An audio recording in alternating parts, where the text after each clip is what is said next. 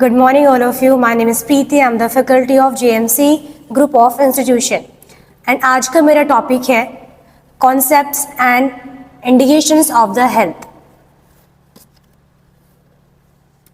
तो सबसे पहले हम समझने वाले हैं कि हेल्थ क्या होता है. The World Health Organization, जिसे हम बोलते हैं WHO, define health as a state of complete physical, mental and social well-being. जो हमारी हेल्थ है वो एक कंप्लीट स्टेट होता है फिजिकल का, मेंटल का एंड सोशली का. नॉट मेरेली एब्सेंस ऑफ डिजीज और इन्फर्मिटी. मीन्स अगर किसी के बॉडी में डिजीज नहीं है, एब्सेंस ऑफ डिजीज है, तो उसका मतलब ये नहीं होता कि वो हेल्दी है. उसके लिए उसे कंप्लीट स्टेट होना चाहिए, फिजिकली भी, मेंटली भी एंड सोशली भी. नेक्स्ट हम बात करेंगे कॉन्सेप्ट्स ऑफ द हेल्थ की, कि हेल्थ के क्या क्या कॉन्सेप्ट्स होते हैं.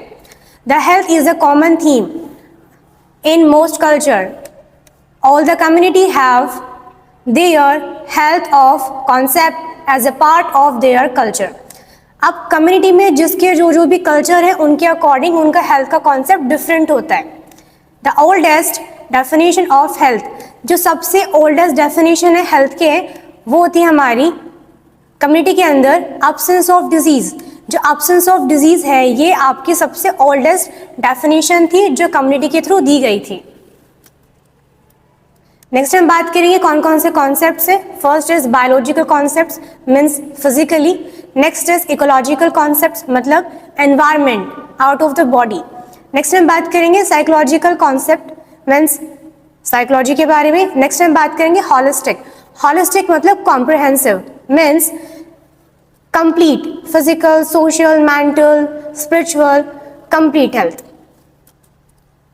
तो फर्स्ट हम समझेंगे biological, next ecological, next psychological and next is holistic. The first is a biological. Biological concept में सबसे पहले जो फोकस किया गया है वो आता है physical wellbeing, means bodily fit होना चाहिए तभी वो फिजिकली हेल्दी पर्सन है. नेक्स्ट एम्फेसिस, इसमें हमें क्या क्या चीज़ें ध्यान देने की ज़रूरत है. Normal function of body of the system, absence of disease, means जो आपकी बॉडी है उसके जो सारे फंक्शंस है वो नॉर्मल होने चाहिए, डिजीज नहीं होने चाहिए, तभी आप फिजिकली फिट हो सकते हैं. नेक्स्ट एग्जाम्पल लाइक है आपका वाइटल साइन. वाइटल साइंस जैसे कि बीपी, टेम्परेचर, SpO2, रेस्पिरेशन, ये सब आपके नॉर्मल रेट होने चाहिए. नेक्स्ट है बॉडी ऑर्गन्स, फंक्शंस जो है वो सब नॉर्मल होने चाहिए. एंड बायोकेमिकल बैलेंसेस, जितने भी केमिकल्स होते हैं आपकी बॉडी के अंदर, जितने भी फ्लूइड्स होते हैं वो प्रॉपर्ली मेंटेन होने चाहिए बॉडी के अंदर. बीपी, टेम्परेचर, इसमें आप पल्स या फिर SpO2 भी मेजर कर सकते हैं. नेक्स्ट आते हैं इकोलॉजिकल कॉन्सेप्ट. इकोलॉजिकल मतलब होता है एनवायरनमेंट से. इसमें फोकस करते हैं इंटरकनेक्टेडनेस विद द एनवायरनमेंट. जो भी आपका एनवायरनमेंट है, चाहे वो क्लाइमेट है, चाहे वो एयर से रिलेटेड है, चाहे वो वाटर से रिलेटेड है, आपको उसका कैसा कनेक्शन है. इसमें हम फोकस करते हैं balance between the individual and their ecosystem. Ecosystem मतलब होता है आउटर एनवायरनमेंट. तो जो बॉडी की इनसाइड एनवायरनमेंट है, जो बॉडी की आउटसाइड जो एनवायरनमेंट है, उसमें बैलेंस करके रखना है. एग्जाम्पल इम्पैक्ट ऑफ पॉल्यूशंस, किसी भी तरीके का पॉल्यूशन हो सकता है, water pollution, air pollution, noise pollution. Next है आपका चेंज क्लाइमेट. क्लाइमेट जैसे कि winter, summer. Next habitual disturbances, जो आपकी हैबिट्स होते हैं उसके अकॉर्डिंग भी आपको चेंज करना पड़ता है. नेक्स्ट आता है आपका साइकोलॉजिकल कॉन्सेप्ट. इसमें फोकस करते हैं मेंटल एंड इमोशनल वेलबींग. इसमें हम और भी ज़्यादा फोकस करते हैं cognitive and emotional balance and कॉपिंग mechanism. Cognitive means होता है वो सारी एक्टिविटी जो आपके ब्रेन के थ्रू की जाती है, जैसे learning power, decision power, thinking, perception, attention. This all activities come into the psychological या फिर कॉग्निटिव एक्टिविटी. इमोशनल बैलेंस, जो आपके इमोशंस है, आपका हैप्पीनेस है या सैडनेस है, आपको कैसे बैलेंस करके रखना है. नेक्स्ट आपको कॉपिंग मैकेनिज्म, जैसे कि आप कोई भी सिचुएशन में आप उसे कैसे डील करते हो, डिनाई करके, सप्रेस करके, एक्सप्रेस करके. Next example stress management, positively, mind set, emotional resilience. Means आपको स्ट्रेस को मैनेजमेंट करना है, एक पॉजिटिव माइंड सेट रखना है अपना, एंड इमोशनली स्टेबल रहना है. साइकोलॉजिकल कॉन्सेप्ट, इसमें कॉग्निटिव एक्टिविटीज आती हैं जैसे कि अटेंशन पावर है, प्रेक्सिन है, गॉसेस है, लैंग्वेज है, मेमोरी है, एक्सिक्यूटिव फंक्शंस है। इन सब चीज़ों को आपको फोकस करना है। नेक्स्ट आते हैं हॉलिस्टिक। हॉलिस्टिक मतलब होता है कॉम्प्रिहेंसिव, मीन्स कंप्लीट हेल्थ। इसमें हम फोकस करते हैं integration of various dimensions. Dimensions means ऐसे पार्ट्स जो आपकी हेल्थ में कंट्रीब्यूट करते हैं, physically, mentally, socially, spiritually, intellectual, काफ़ी सारी चीज़ें होती हैं, आपको उनके साथ इंटीग्रेट करना है, जिसमें हम एड्रेस करेंगे फिजिकल हेल्थ को, मेंटल हेल्थ को, सोशल स्पिरिचुअल एस्पेक्ट्स भी हम इसमें इंक्लूड करते हैं। Example, recognising the interconnectedness of the mind, body and social environment. जो भी आपका माइंड है, बॉडी है, सोशल एनवायरनमेंट है, इनको कनेक्शन करके चलना है, जिससे आपका क्या होगा, हेल्थ प्रमोशन हो जाएगा। जैसे फिजिकली बॉडी के थ्रू, मेंटली ब्रेन के थ्रू, स्पिरिचुअली एंड आपको सोशली। नेक्स्ट हम बात करने वाले हैं इंडिकेशंस ऑफ हेल्थ, कि जो आपका हेल्थ है आप उसको कैसे इंडिकेट करते हो। बेसिकली आप उसको कैसे पता लगाते हो कि कौन सा पर्सन हेल्दी है, या फिर कम्युनिटी में कौन कौन से डिजीज है, कौन कौन सी बीमारियां, फिर कितनी डेथ हो चुकी है। इसमें हम बात करेंगे health indicator is a variable, means बहुत सारे होते हैं, सस्पेक्टेबल टू डायरेक्ट मेजरमेंट। ये क्या ऐसे इंडिकेटर्स है जो डायरेक्ट मेजरमेंट कर सकते हैं, that reflect the state of health of person in the community. जो कम्युनिटी के अंदर पर्सन की हेल्थ कैसी है उसको इंडिकेट करता है, उसको बताता है। अकॉर्डिंग टू WHO भी जानते हैं, according to WHO indicator are variable, बहुत सारे होते हैं, which help to measure changes. जितने भी हेल्थ में चेंजेस आ रहे हैं, मीन्स कभी ये वाला डिजीज आता है, कभी वो वाला डिजीज आता है, तो कितने कितने पर्सन डिजीज हैं, कितने ठीक हो चुके हैं, कितने की डेथ हो चुकी है, क्या क्या चेंजेस है, उनको मेजर करने में हेल्प करता है। And often they are used particularly when these changes can not measure. ऐसे चेंजेस जो हम मेजर नहीं कर सकते डायरेक्टली, उनके लिए हम इंडिकेटर्स का हेल्प लेते हैं। एग्जाम्पल, हेल्थ को इंडिकेट करने के लिए एंड न्यूट्रिशनल स्टेटस को चेक करने के लिए।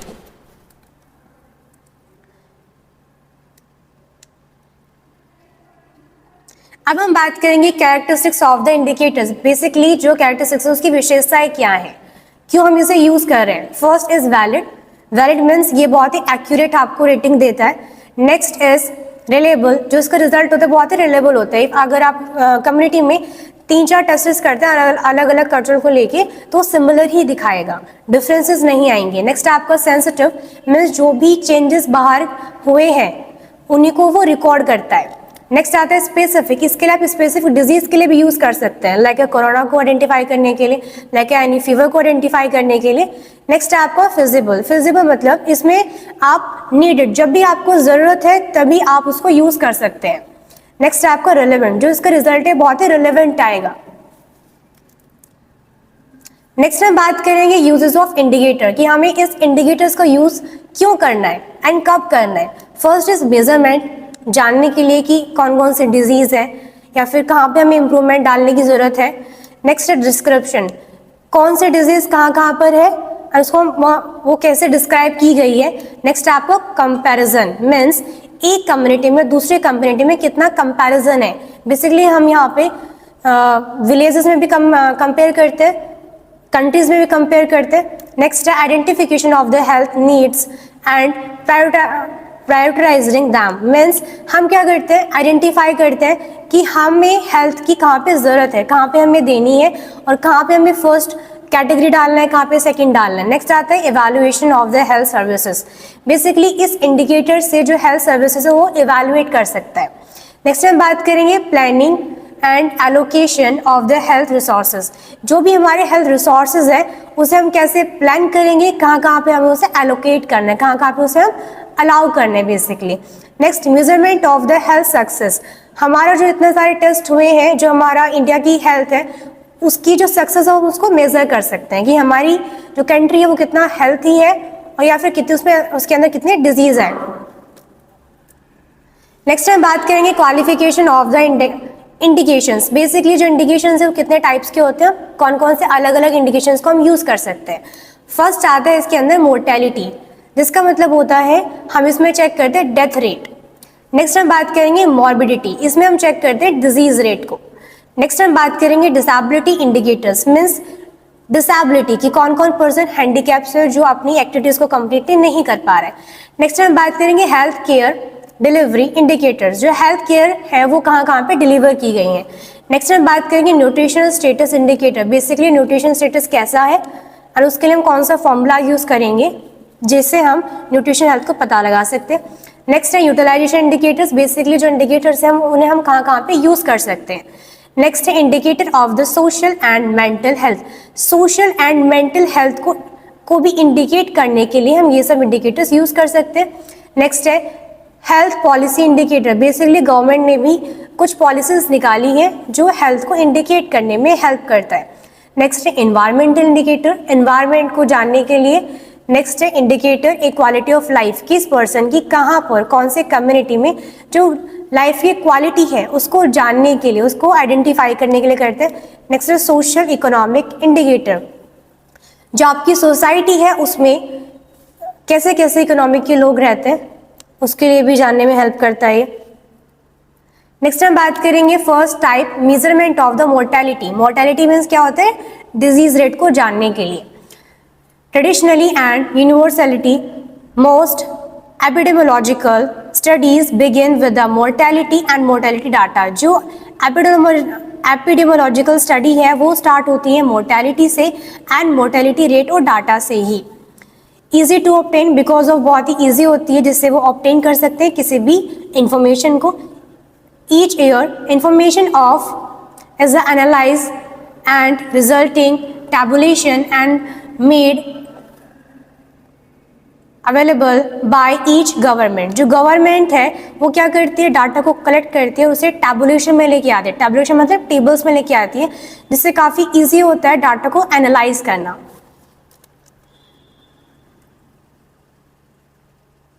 यहाँ पर ये किसी लेडी से मोर्टेलिटी रेट को कलेक्ट कर रहे हैं जिसमें हमारे इंक्लूड होंगे क्रूड डेथ रेट जिसको हम बोलते हैं CDR। नेक्स्ट है हमारा इन्फेंट मोर्टेलिटी रेट जिसको हम बोलते हैं IMR। नेक्स्ट है चाइल्ड मोर्टेलिटी रेट जिसे हम बोल सकते हैं CMR। नेक्स्ट आता है हमारा मैटरनल मोर्टेलिटी रेट, मैटरनल मतलब होता है mother mortality rate. Specific death rate means specific disease के कारण जो डेथ होती है। केस फर्टिलिटी रेट जो रेशियो में आता है। Next proportional mortality rate. Next है सर्वाइवल रेट। अब हम एक एक करके समझेंगे what is the crude rate. इसका फॉर्मूला क्या है, बेसिकली डेथ को मेजरमेंट करने का। Number of peoples dying in a year, एक साल में कितने पर्सन की डेथ होती है इसको मल्टीप्लाई करते हैं 1000 से एंड डिवाइड करते हैं mid year population, same year में कितना पॉपुलेशन था। नेक्स्ट हम बात करेंगे इन्फेंट मोर्टेलिटी रेट। जो इन्फेंट है उसे हम बोलते हैं 1 मंथ से लेके 1 ईयर के इस बच्चे को हम बोलते हैं इन्फेंट, जिसमें हम फॉर्मूला यूज करेंगे number of infant death under 1 year of age, multiply करेंगे 1000 से एंड डिवाइड करेंगे total number of live birth in the same year. उसी ईयर में कितने लाइव बर्थ हुए हैं उससे हम उसको डिवाइड कर देंगे। नेक्स्ट हम बात करेंगे चाइल्ड। चाइल्ड मतलब 1 ईयर से 4 ईयर के बच्चों को इसमें इंक्लूड करते हैं। Number of death of age 1 to 4 year multiply 1000 upon by total children 1 से 5 ईयर सेम ईयर मतलब जो सेम ईयर के उसी सेम ईयर में 1 साल से 4 साल तक के जितने बच्चे हैं उससे हम डिवाइड करते हैं कितने की डेथ हो चुकी है। नेक्स्ट हम बात करेंगे मैटरनल मोर्टेलिटी रेट। मैटरनल मतलब होता है mother. Number of female that due to complications of pregnancy की कॉम्प्लिकेशंस हुई है और within 24 days of delivery, basically complications की वजह से उसकी डेथ हुई है या फिर 24 डेज उसको डिलीवरी हो गया था उसके बाद उसको कोई बीमारी हुई है तब उसकी डेथ हुई है। उसको 1000 से मल्टीप्लाई करते हैं एंड डिवाइड करते हैं total number of live birth in the same year and area, उसी एरिया में उसी साल कितने लाइव बर्थ हुए हैं उससे हम उसको डिवाइड करते हैं। नेक्स्ट हम बात करेंगे स्पेसिफिक डेथ रेट, जो स्पेसिफिक डिजीज है जैसे कि ट्यूबरक्लोसिस के बारे में। Number of death from tuberculosis during calendar year, इसे हम मल्टीप्लाई करते हैं 1000 से एंड इसको हम डिवाइड करेंगे मिड ईयर पॉपुलेशन से। नेक्स्ट हम बात करेंगे specific death rate of male के बारे में। Number of death among male during the calendar year, मतलब जो मेल्स हैं उनकी कितनी डेथ हुई हैं और उसको हम डिवाइड कर देंगे मिड ईयर पॉपुलेशन से, वो भी मेल की पॉपुलेशन से ओनली। नेक्स्ट हम बात करेंगे specific death rate age of 15 to 20 years. Basically जो 15 से लेकर 20 ईयर के बच्चे हैं उनकी स्पेसिफिक डेथ, स्पेसिफिक किसी भी डिजीज की वजह से, जिसे फॉर्मूला यूज करेंगे number of death of person used 15 to 20 during a calendar year and multiply 1000 and divide by media population of person is 15 to 20 year of age, मतलब same age से ही हम उसको डिवाइड करेंगे।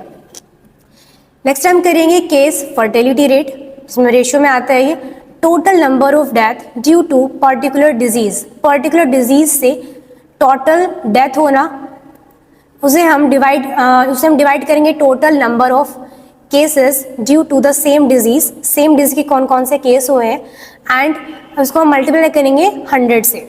नेक्स्ट हम बात करेंगे प्रोपोर्शनल डेथ रेट के बारे में।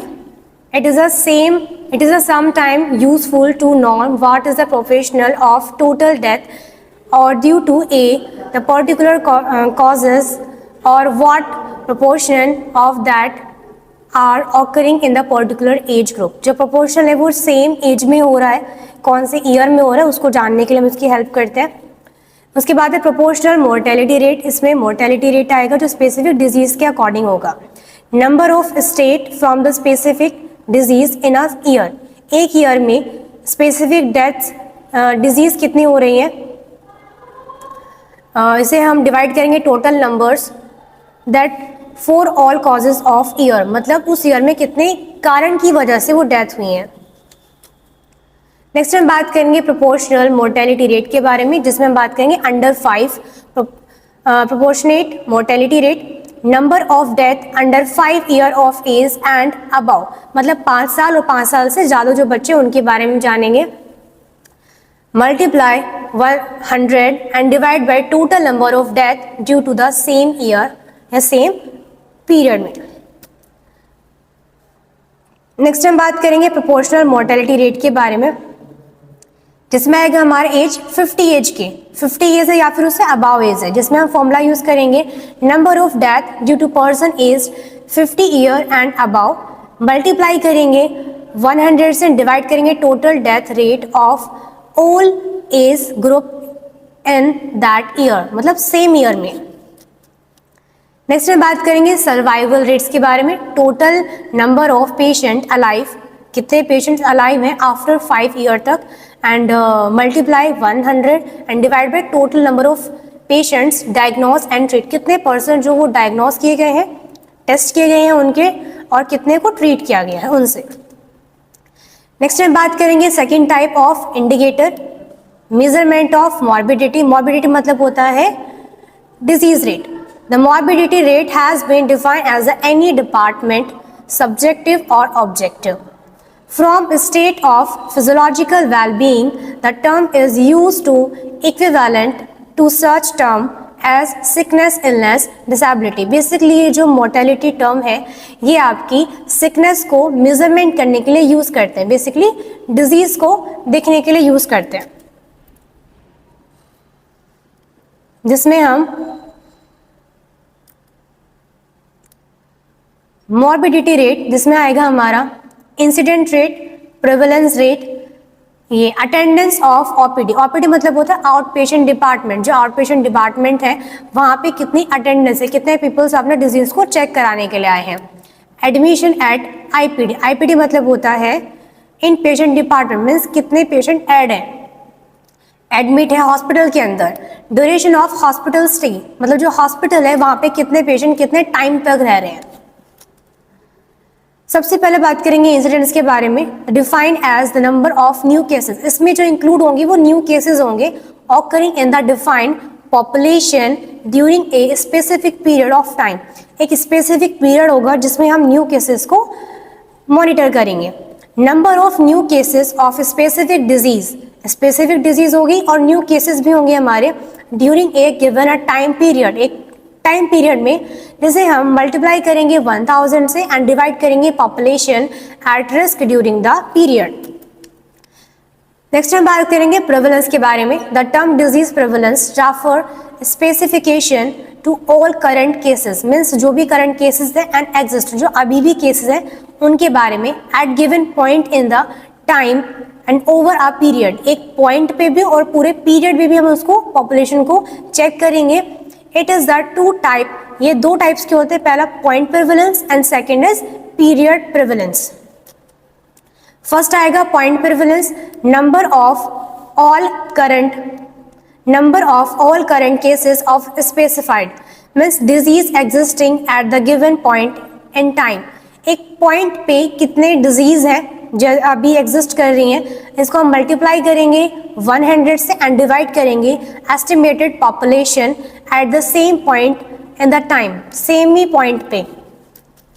नेक्स्ट हम बात करेंगे period prevalence, the number of existing cases of a specified the disease during a given period of time interval, इसको हम मल्टीप्लाई करेंगे 100 से और उसको डिवाइड करेंगे estimated mid interval population at risk पे जाके।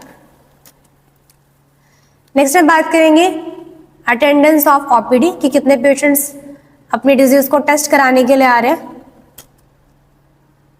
एडमिशन एट आईपीडी मतलब इन पेशेंट डिपार्टमेंट, कितने पेशेंट अपने डिजीज को लेके हॉस्पिटल में एडमिट है। Next is duration of hospital stay, hospital में कितने पेशेंट कितने टाइम तक रह रहा है एक डिजीज को लेके। Next is disability indicator, basically disable means योग्य नहीं है किसी भी काम को करने के लिए, हम उसको इंडिकेट कैसे करते हैं। टू टाइप्स के होते हैं, टू बेसिस पे करेंगे। फर्स्ट बेस आता है इवेंट, मीन्स इवेंट के बेस पे, जिसमें आता है days of registered restricted activity, जो कितने डेज तक वो अपनी एक्टिविटी को रोक पा रहे हैं। नेक्स्ट आता है बैड एबिलिटी डे, डिसेबिलिटी मतलब कि कितने टाइम तक वो बेड पर ही रहता है और अपनी एबिलिटी को परफॉर्म नहीं कर पा रहे। नेक्स्ट है आपका वर्क लॉस डे, कितने दिन तक वो अपने वर्क को लॉस कर रहा है। नेक्स्ट आएगा पर्सन टाइप इंडिकेटर, फर्स्ट हमने पढ़ा था इवेंट के अकॉर्डिंग, अब हम पढ़ेंगे पर्सन के according. Limitation of mobility confined to house, मतलब कितने टाइम तक वो एक लिमिटेड मोबिलिटी में मीन्स लिमिटेड मूवमेंट में रहा, अपने घर पर ही रहा। Limited of activity limitations to perform basic activity, कितने टाइम तक वो लिमिटेशन में रहा और ओनली बेसिक एबिलिटी को ही वो परफॉर्म कर पाया। नेक्स्ट हम बात करेंगे हेल्थ केयर डिलीवरी इंडिकेटर्स के बारे में, जो जहाँ पे भी हेल्थ केयर डिलीवरी दी जाती है उसके रेशियो के बारे में। First doctor and population ratio, means जो डॉक्टर्स हैं और जो पॉपुलेशन है दोनों का जो रेशियो वो सेम होना चाहिए, बेसिकली इक्वली होना चाहिए, जिसकी वजह से जो डॉक्टर्स हैं वो पॉपुलेशन को ट्रीट कर सके। नेक्स्ट है डॉक्टर्स एंड नर्स रेशियो, जो नर्स रेशियो है वो डॉक्टर के अकॉर्डिंग होना चाहिए ताकि वो डिजीज को अच्छे से क्योर कराने में हेल्प कर सके। नेक्स्ट है population and health centre ratio, में जितने भी हमारे हेल्थ सेंटर है, पीएससी है, सीएससी है, हॉस्पिटल है, डिस्ट्रिक्ट हॉस्पिटल्स है, वो हमारे पॉपुलेशन के अकॉर्डिंग ही होना चाहिए। नेक्स्ट है पॉपुलेशन एंड बेड रेशियो, जो हमारी पॉपुलेशन है उस अकॉर्डिंग हमारे हॉस्पिटल्स में बेड भी होने चाहिए। नेक्स्ट हम बात करेंगे nutritional status indicator, basically nutrition को हम कैसे आइडेंटिफाई कर सकते हैं। Anthropometric measurement of pre Schuler children, pre Schuler मतलब आता है जो हमारा 4 से 6 ईयर का स्टूडेंट होता है उसे बोलते हैं प्री स्कूलर, जिसमें हम उसका वेट देखते हैं, हाइट देखते हैं, mid upper arm circumference check करते हैं हम उसका। प्रोग्राम ऑफ LBW, LB मतलब होता है लो बर्थ वेट। नेक्स्ट हम बात करेंगे यूटिलाइजेशन रेट्स के बारे में, जिसमें हम इंक्लूड करेंगे utilization level of the health service can be assessed on the basic of ratio of vaccinated children, मतलब कितने जो स्टूडेंट जिनको वैक्सीन लग चुकी है। रेशियो ऑफ प्रेग्नेंट वुमेन, कितनी प्रेग्नेंट वुमेन्स है।